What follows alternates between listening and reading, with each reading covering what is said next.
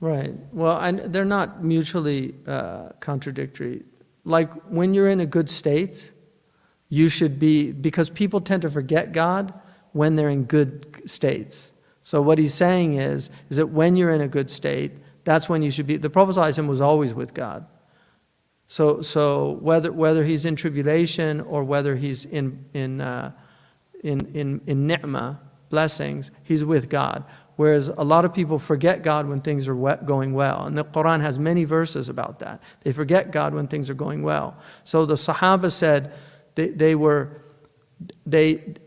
times of tribulation, they always felt secure in them because they knew that blessings were coming. Whereas when they were in blessings, they felt less secure because they knew tribulation followed it. But the point is, when you're in the blessing, is to be aware of it, right? In kunta fi ni'matan far'aha, fa inna al-ma'asi tuziru ni'am. If you're in blessing, guard it, because, and that's why, man shakara ni'amahu qayyadaha bi'iqaliha, وَمَنْ لَمْ يَشْكَرِ اللَّهَ عَلَى نِعْمِهِ تَعَرَّضَ لِزَوَالِهَا. That if you're not grateful when you have the blessings, then you're exposing them to losing the blessing. So the tribulations are, dunya is a dar of bala. But there's always blessings, there's always ihsan. Even in the blessings, even in the tribulations, there's ihsan. There's always ihsan. Ibn Abbas said in every tribulation, there's 3 blessings that you should be aware of.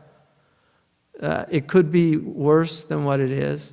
Somebody loses a hand, they could have lost both hands. They lose an eye, they could have lost both eyes. Right?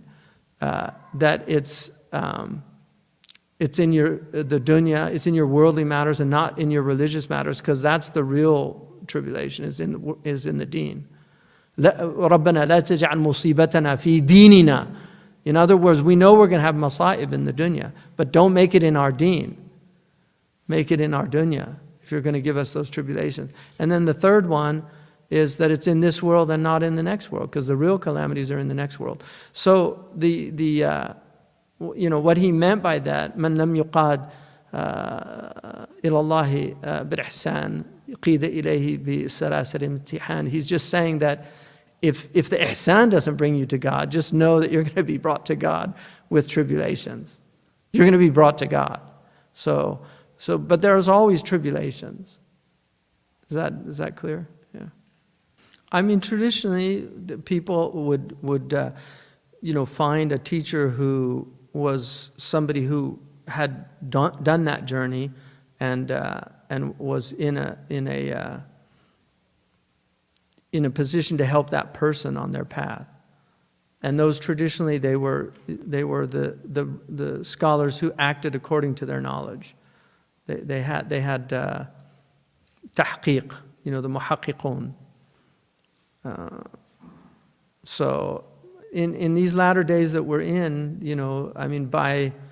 by the 9th century already, scholars were bemoaning the fact that these people didn't really exist anymore.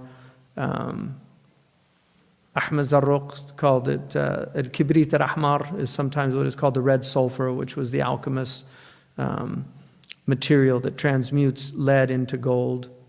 In other words, your toxic soul, that person would help you. They were a spiritual alchemist who would help you transmute your soul from a toxic state to a purified state.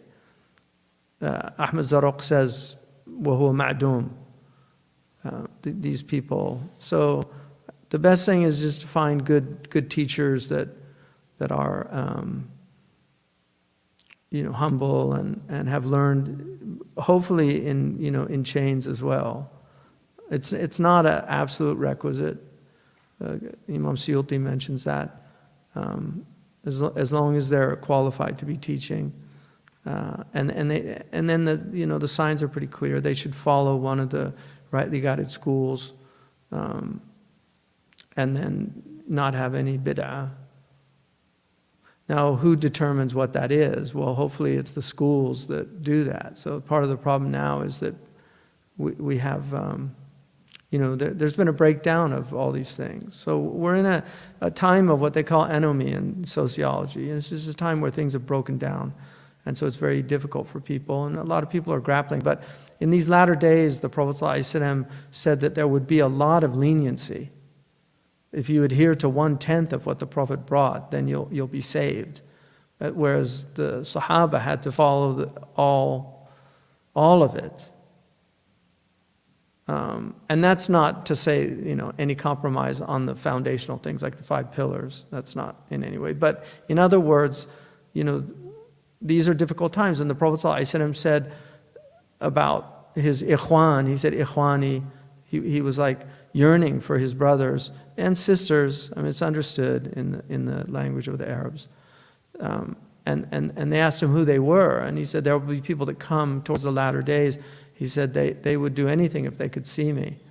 And then he said they will have the reward of 50 people. And they said, 50 to us? And he said, yes. And he said, how is, they couldn't understand. They said, how is that? And he said, لَكُمْ أَعْوَانٌ عَلَى الْخَيْرِ وَلَيْسَ لَهُمْ أَعْوَانٌ. You have lots of helpers. In other words, the whole society is facilitating. Like when I lived in West Africa, everybody prayed tahajjud. It was just normal. Like the whole village, you heard people reciting Quran at 3, 4 in the morning, every morning. So to grow up in a society like that, it's facilitating for you. But if you're living in a society where everything is distracting you from God, and yet you're doing your best to remain present with God, your reward is going to be, inshallah, it'll be immense. So I mean, I've told this story before, but it was a very profound, for me, it really had an impact on me where with this stewardess, I was with Muhammad al-Awadi, the Kuwaiti intellectual. He's a brilliant Kuwaiti man. And we were flying together, and there was a stewardess, and